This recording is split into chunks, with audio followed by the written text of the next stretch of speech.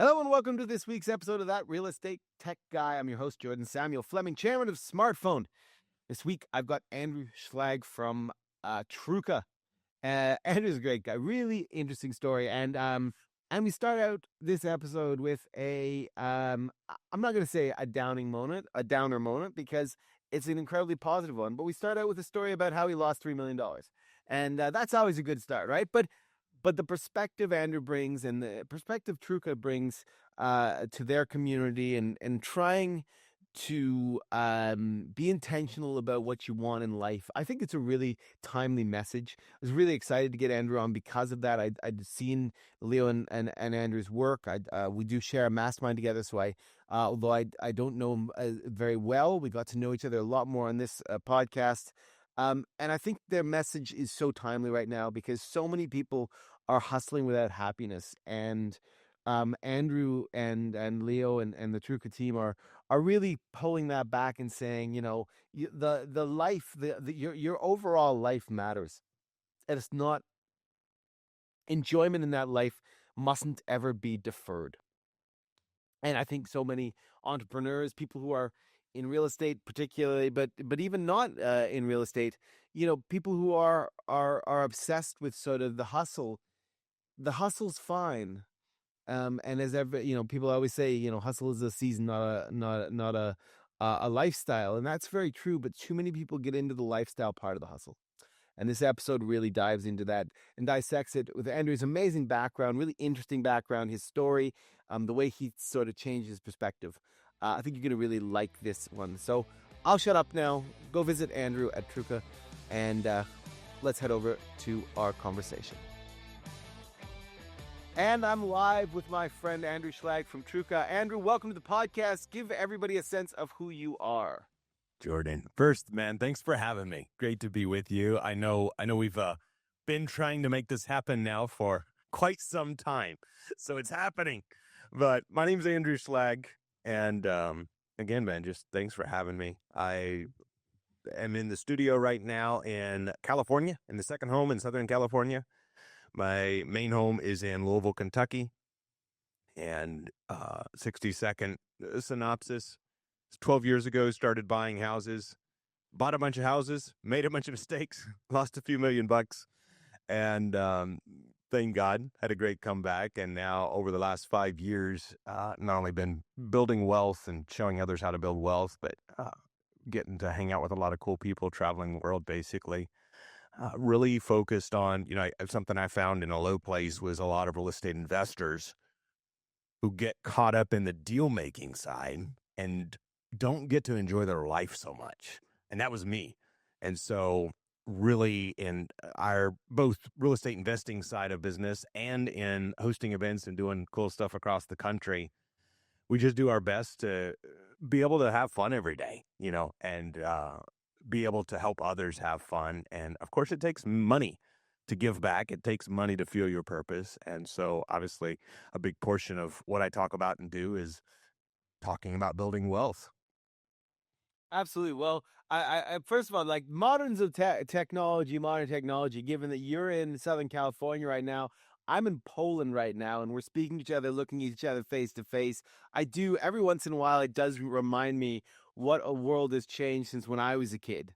And just this ability to talk directly to each other is phenomenal. But I want to start out with the losing a couple $1,000,000 bit, because I think that's a really good, there's a perspective there that so many people don't, there's particularly in social media, if you're scrolling through Instagram and you've got, particularly in our sector, in real estate, there's so much of the flex and, and the sort of selling the perfection of a lifestyle, and which is nonsense. But there are two parts to that. One is that $3 million loss, and how and what perspective that gave you, what maybe what changed in your perspective after that, and then also how much that influenced your viewpoint in terms of having the best life you can now. Yeah. So, starting out, and by the way, Jordan, what what you've done and what you're doing with your community is just incredible. And my prayer would be today that as we go through this podcast, that I just get to maybe add a perspective for everyone. And that perspective is maybe not even anything new. It's just reminding you. So you're listening to this, whether you're a real estate investor, or maybe you're even in a different industry. I think this will speak to you because I'm a country boy and a preacher's kid. I was raised in a town of less than 400 people. I was doing construction. We would, everything was word of mouth. And so coming from that background, Belle Rive was a town of, like I said, less than 400 people. We was 5 miles south of that. So we had to drive to go into town. And so being able to come from that background, just hard work. And so when I found real estate investing through some challenges in 2014, it was magical to me. I'm like, oh my gosh, I can literally just add value to someone, buy their house. My first deal was a wholesale deal. And then I started doing owner financing and creative financing before it was a cool thing to do. And I started buying houses and I'm going, oh my gosh, like I could literally put a transaction together, help the seller in the interim, make 30, 40, 50,000 bucks and help a buyer. So it was like magic to me. I was like a kid on Christmas morning. I was excited. And I started doing these deals. And I was always living, and I think this will speak to somebody on here. I was always living in the, when I get here, then I can there. And it was always the thing, like I want to give to my church. I want to give back to those around me. I want to serve. I've done prison ministry for years. I've done various youth ministries. And so it was always like, I want to serve more, but when I get to X, I can serve better. And so I lived in that for about 7 years. 2020, I had late 2019, I had bought hundreds of houses. I was focused on building wealth, but I was, started at 21. I didn't know how to keep my cash reserves well and my wealth building well. And so when some stuff went sideways, I was just struggling, kind of doggy paddling to keep my head above water. Well, fortunately, I had built a portfolio. And so I thought, well, gosh, I've got the assets, I've got the net worth, I'll just sell some stuff. And when I went to sell some stuff to get liquidity, desperation, I talk about operating with urgency, but not desperation. So I got an offer from these guys for some of my properties. And by the way, always, always, always close with a real estate attorney. And so the attorneys are working on the documents. I'm selling 39 of my rental houses, and I'm in good shape. I'm going to net just over $1 million. I'm supposed to get $1,050,000 down and finance the rest. I'm giddy. I never had $1 million net liquid before. And so I'm going, this will solve all my cash challenges. Like, we are good. And so as time drags on, a few months goes by and we have all the due diligence. My attorneys wasn't quite ready. And I start getting pressure from the buyers of like, just sign all the docs. We'll do this because this is going to happen if we don't do this. And the whole desperation story. So me, being too trusting at times, I signed all the docs and the deeds and everything like an idiot without my attorney's approval. And the $1,050,000 never showed up. And so now my already cash tight position goes to cash tight position minus $30,000 a month of my rent roll, plus still having all these mortgages that I got to make sure somehow get paid because they weren't paid off and all these documents signing, but the deeds were stupid. I know somebody listening to this going, why'd you do that? It was closing. It was supposed to all happen and it didn't happen. And, anybody in my sphere at that time come to me and said, I'm going to X. Should I? I would have said, heck no. But sometimes we can't see the forest for the trees. So stupid mistake, lose over $3 million. Now, get in litigation, trying to get this mess cleaned up and fixed, still doing deals so I can pay the mortgages and pay the now growing bills and pay the attorney's fees and pay the crap and survive, take care of the people around me. And I'm looking, frankly, didn't want to live no more. I hated my life. I hated the business. Like, I think at that point, if you'd have gave me a contract and said, I'll pay you $10 an hour the rest of your life and I'll take this mess off of your plate, like, you just can never do this again. Like, I would have signed up, bro. Like $10 an hour, count me. And stupid. Thank God nobody made me that stupid offer. But that's where my mind was. I hated it. I was over it. And I think somebody listening to this, like, you've probably been in the place where it's like, I'm over this business. Like, I'm overdoing business. Maybe it's with family, maybe it's with friends, maybe it's all sorts of challenges. And it was in that season, I'm a firm believer that if we ask, it shows up. And I just start going like, I could just one day at a time. I just got to get through today. And so, long story short, I come back around and I start cleaning that up a step at a time. In that season, I met who's now my best friend and my business partner. We decided we would launch some companies together. We first started buying houses together, and people kept coming to us. Some people had gotten word of some of the crap I'd endured, asking like, "How'd you survive that? How have you done hundreds of deals?" And so people were coming and asking and asking, and so we just started sitting in Barcelona one night. We was sitting there talking about like what do we want to build? Like how do we build? And again, long story short, we decided to launch a community of a bunch of heart-driven entrepreneurs to help them do what I wish I would have done in those first 7 years of constant hustle and waiting, so that we get to live our mission and purpose now and every day where we are. And so that's how TrueCo was born. So let me pick up on a few things there, Yeah. because you said a couple things in there. Number one, this sort of this mentality of I'll be happy or I'll be able to win, which it resonates a lot because it's something that myself and my business partners have always absolutely rejected. Like, Yeah. I should have the best life I can now, because and that's against a lot of entrepreneurial instincts, where people are like, I gotta grind, I gotta hustle, it'll be fine when I get that. But the problem with that is, you think it'll be fine when it gets here, but then by the time you get there, that goalpost has changed, and Yeah. and it's an ever moving target. So do you think that the attitude, or the belief in rejecting the I'll be happy when, or I'll be able to when mentality, do you think that comes from hitting that, like, kind of brutality of, like, of losing that, of losing all of that, those deals, or the properties of the 3 million, of the, or the 1 million in cash, and all that? Do you think that it's came out of that, or does it come from somewhere else? So, we talk about holistic success. We talk about the 8 categories of life. And that's where, when Leo and I started chatting about business, like I said, we started doing deals together and we just really became brothers. He's kind of the little brother I never had. And he started asking me questions when I would make a comment, like, why'd you say that? Because I had these limiting beliefs of like, yeah, well, I can't do that yet because X. When this closes, I can X. And he's like, why? Why? And I'm like, I don't know. I just can't until then. And so he really started to break through those limiting beliefs. And there was a series of mentors and people around me. I think I have in the past tended to be very hard headed and very stubborn is probably the right word. And so while I think, I had this belief that if you get the lesson from maybe one deal going sideways, then you don't have to have the 39 deals go sideways.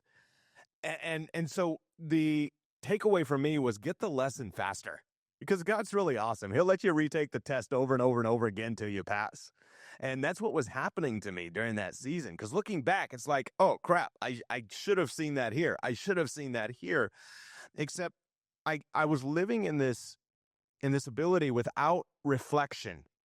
And I think so many people, this is my experience, I got so caught up in just the doing that I didn't constantly go back to the reflection of why the heck am I doing?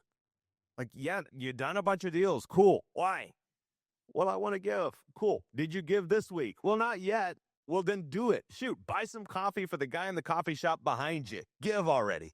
And so just really pulling the future back to now. And I know that probably sounds a little woo-woo, but it's like, if you want to take an international trip, ask yourself, what's that going to cost? And put it on the calendar.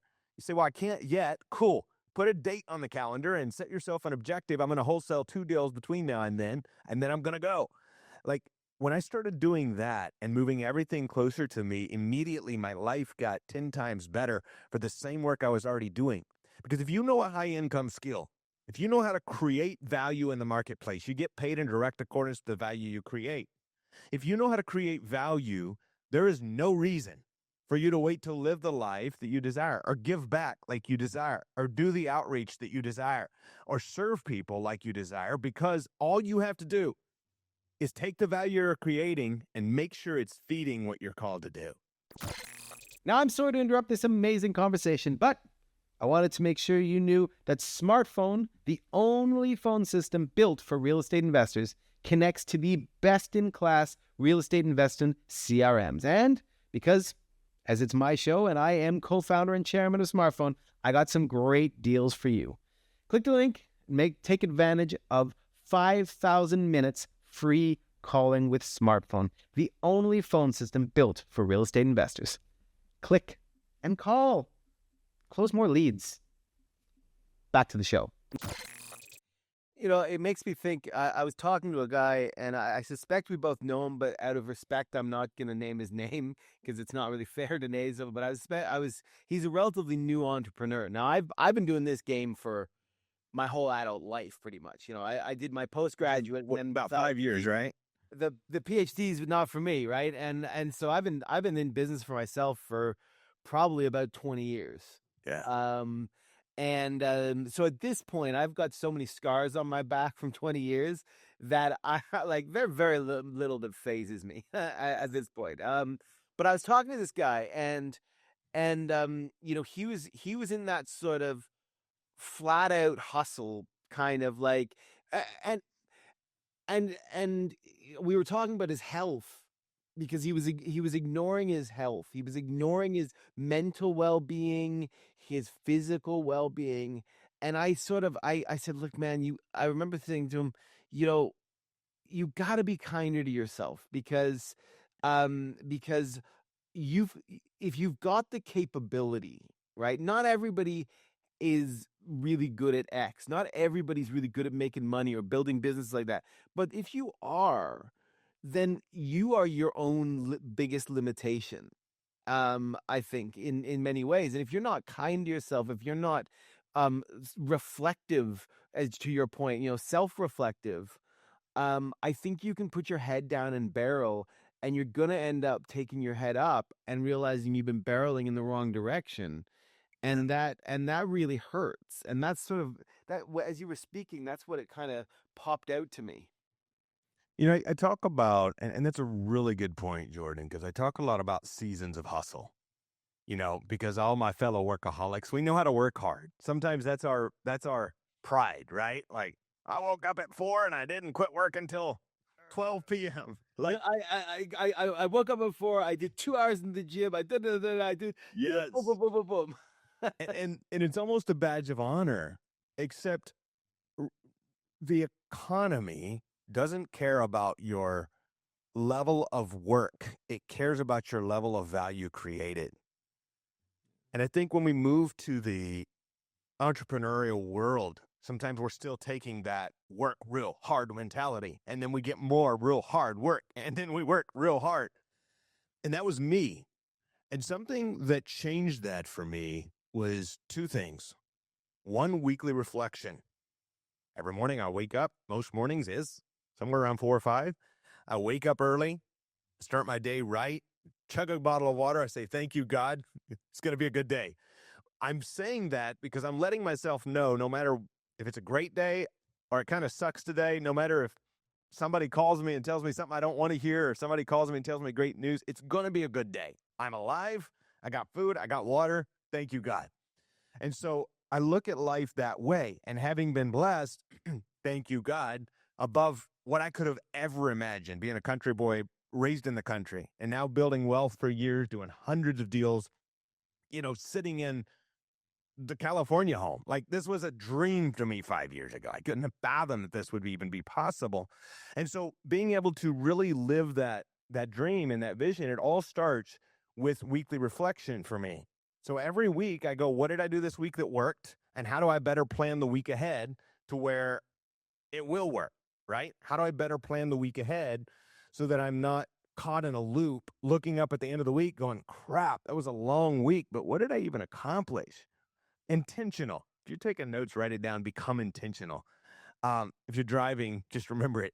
So for everyone listening to this, that intentionality set for me. And so there's still seasons. Like right now we are creating a new thing. And Leo and I sat down at the beginning of the year and we said, hey, the second quarter, we're going to create this thing and we're going to put in some long days. It's what we're going to do. We're in a season of hustle. I'm doing weekly podcasts for this season. We have podcast days. We have building days. We have team. We have a real estate portfolio. We're debt restructuring. We have all of these projects moving. And I know I got a lot of work to do. So I'm in about a 90-day season of really strong hustle right now. We're hosting live events. We got a lot of stuff going, team build outs. Come along about June, we'll probably go on an international trip and we'll have an incredible time. We'll still be working, sure, but we'll be able to pause and reflect. And so just being intentional, saying, hey, I don't mind working hard. That doesn't scare me. Because if you got to go make some money, you can't just not do anything. But I don't mind working hard, but it's for intention, for a purpose, and it's making sure it's serving that purpose every single day. I think that's a really great point, and actually I think it's really I think it's timely right now as well, because I think that, how do I put this in the right way? You know, we're if you're in real estate, right? If you're, and we both, although we do a lot of work in other sectors and we look at other things, real estate has been a primary factor for me for the last decade. And if I think about people getting into real estate right now, it's a weird market. It's not necessarily a bad market all the time at all, but it's weird. and where you had stability for a long time and you could sort of, you could fix and, you could flip houses. And at some point over the last 5 years, it didn't matter really even how badly you screwed up that that rehab, because you could have screwed up every part of this and you still make money. Yeah. That's not true anymore, and people are having to readjust to a time when what has always worked may not be working in the same way, and you may need to think different ways. And I think what you're saying is also is a timely kind of reminder, because reflection isn't just self-reflection on your on even your own beliefs or your life, but sometimes it's a self-reflection on your approach, your focus. And now is a good time to not just blindly run, but to be reflective about what am I trying to achieve? Why am I doing this? What are my paths to success to gain what I really want, which is not necessarily just do as many houses as I can, or do, whatever. It's a good time to do that, because you're going to have to be more flexible right now. And flexibility is not necessarily a strength if all you're doing is barreling towards the way you've always done things or the way you think things should have always been done. Absolutely. And I think that's an excellent point, because if we can position ourselves, I talk a lot about position ourselves for success. And part of that is asking myself, like, what am I doing with my time? Like, am I actually building the life I want to build? Because so many people build themselves traps. And especially in real estate, they go build a portfolio and then they realize, crap, I got to manage this. Now I got 100 tenants that are breathing down my neck, and I got to figure out what to do with this. Absolutely. And I think, being cognizant, being real with ourselves, because I think it's so easy. Many people get caught up in being actually very negative. People I was raised around sometimes is like, no, money don't grow on trees. No, it's too good to be true. It probably, all of these negative things that constantly self-sabotage. And then we have our starry-eyed entrepreneurship sometimes that comes along and goes, I'll buy 100 houses and I won't have to manage them. I don't know how. And that was me. And I share that because I think there's a beauty in surrounding, and this comes back to surrounding yourself by the right people, which is what I know your community does, Jordan, is we surround ourselves constantly by winners. That's how we know each other. We're in a mastermind together. And we say, what do we need to do to put ourselves in the rooms to, yes, for us, we make a sizable investment every year to be in rooms. I'm a part of 3 masterminds every single year. And I go, okay, what do I need to do to put myself in the room with other people who have done what I am working to do and gotten a result that I want, so they can help me identify the pitfalls I'm about to run into from a realistic perspective? Because too many people are listening to broke people tell them how to get rich. And they're going out on the internet, and somebody who's never bought a house in their life is going, be careful, my uncle in 1992 lost money on a flip, so you shouldn't flip. You might lose money. Or whatever the thing may be, and suddenly they're self-sabotaging themselves. A game changer for us all, and if this is the only thing you get from this podcast, it is ask great questions. Because the better questions we ask, the better our lives become. I think that's really wonderful. And to your point, I and I think again, and this is actually going to be a nice segue, because I want to learn a bit more about your community and your the things that you and Lee are doing, because I think uh to your point of being in the room and kind of upskilling yourself, you and I are in a we share a mastermind together, and if I add up all the costs, given I have to travel from Europe to be in the room, and I'm in 3 masterminds myself, like you, 4, I probably spend $150,000 a year or more, $200,000 a year to be in these rooms. And it's not just about money. It's about it's about my it's about surrounding myself with people who are going to challenge me in the best way, who inspire me in the best way, hold me to account on my behaviors or my actions or my decisions, and if you have that, you can't help but improve, and your performance is going to go up. If you're trying to fight these battles, if you think you know everything and you don't need to be in these rooms, Hmm. then you are limiting yourself massively, because someone's always smarter, someone's always going to have done things, and someone's always going to give you a perspective you never thought of that could absolutely change your life. Yeah. And everyone here has probably heard it said, but if you're the smartest person in the room, you're the wrong room. Get another room. Yeah. And I think that's the philosophy that, in 2014, when I found real estate investing, that's immediately what I started doing. How do I level myself up? I was raised in outside of town of less than 400 people. Like, I didn't know what a mastermind was. I didn't know what a seminar was. And so when I started surrounding myself by winners, it was foreign to me. But now I realize everything I do. Look through my phone contacts. Everyone, my closest friends, have all came from the fact, my business partner and my best friend came from the fact that I was in a room at a conference in Key West, Florida. And so when you just surround yourself by winners, whether it's friendships, whether it's connections, whether it's money or just growth, or frankly, enjoyment of life, there's something to be said for enjoyment of life. And if all that room does for me. And so I would say be very intentional, know what you need. If you're needing to improve your relationship and your marriage, that's one room. If you're needing to buy more single family houses, that's another room. If you're needing to expand your holistic wealth and your net worth. And so really making sure you're intentional to say, okay, what's the thing I'm needing to accomplish in this season? And then how do I put myself around the right people who can help me do that? And that's, again, what we strive for. I know I'm not everyone's cup of tea, but we attract an incredible group of people. And at TrueCo, that's what we do. Is we host live events, we host masterminds, and we just bring cool people together. Well, let's talk about TrueCo now, because there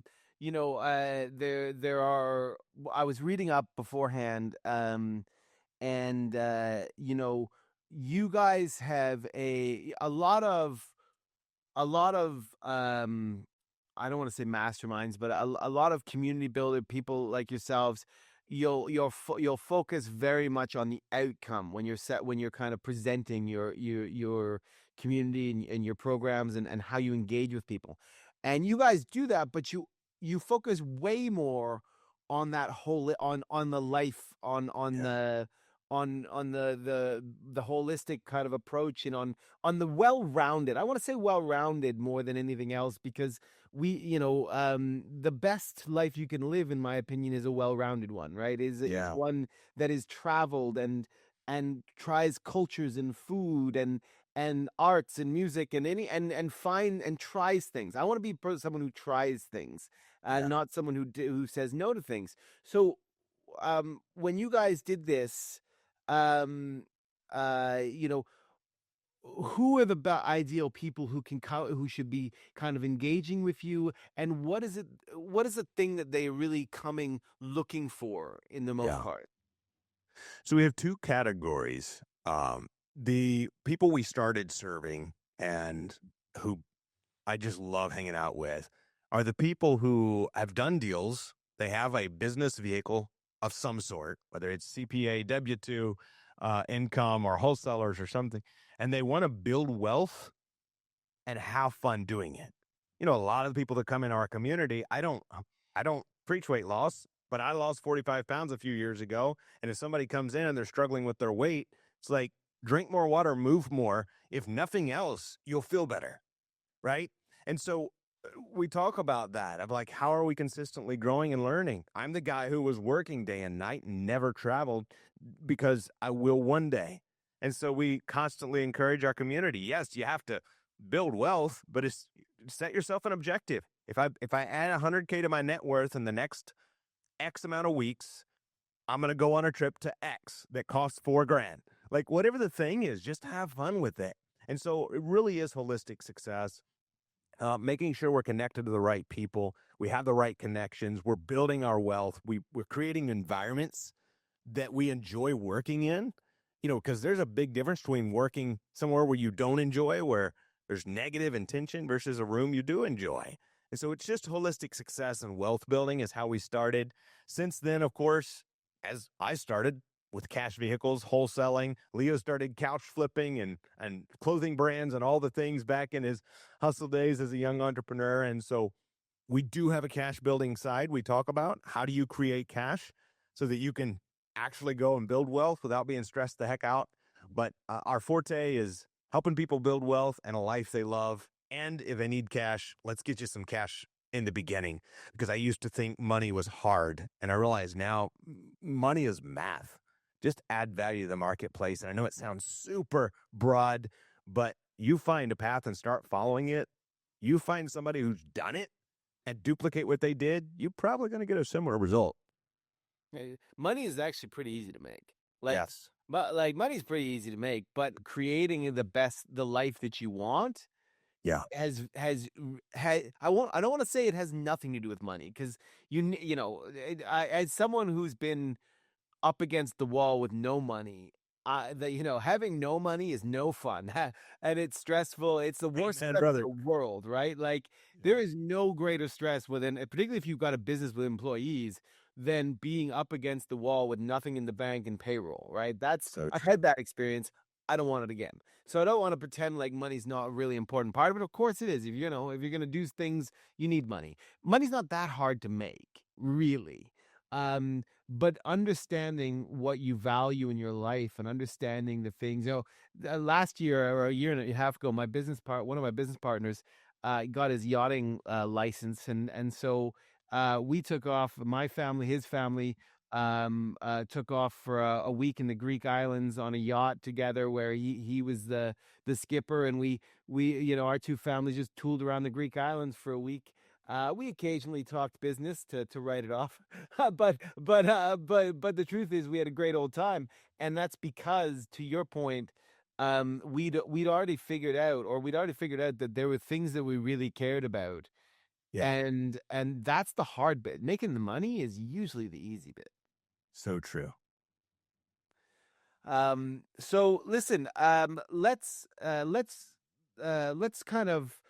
I usually close out by figuring out how can people get in contact with you, what is the best way, and of course, if someone's listening to this and it does resonate, what's the, what's the type of person that's going to be able to work with you and Leo and enter into your special community? Yeah. If you want to find out more, just look me up on Facebook, Andrew Schlag, SCHLAG, or on YouTube, Andrew Schlag.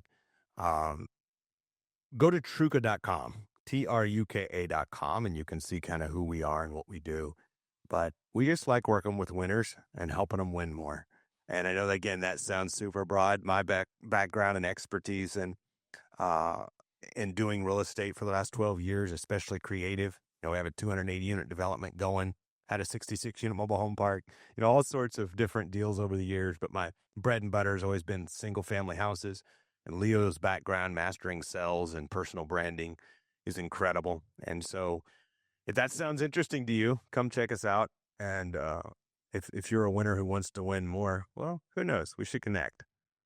Fantastic. Well, Andrew, thank you so much for joining us. It's actually a genuine pleasure to talk to you, and I'll make sure all those links go. The team puts all those links into the descriptions and everywhere they go. Please do hit up Andrew and take a look at TrueCo. It's I've already taken a look, so I know the focus of it, and I think it's definitely worth looking at, particularly if you are at the point where you're trying to figure out, am I really happy with this stuff? Yeah. I think that's the key, because a lot of guys are hustling and they're not necessarily hustling with happiness. And So happiness true, is man. way more important. And I just want to say thank you. What you built's incredible, Jordan, and I so enjoyed just hanging out here with you today. I look forward to having you on our pod soon. All right. Have a great week, everybody. Thanks for listening to another amazing episode of That Real Estate Tech Guy. Head over to thatrealestatetechguy.com to check out all episodes and get special discounts on tons of awesome real estate technology platforms.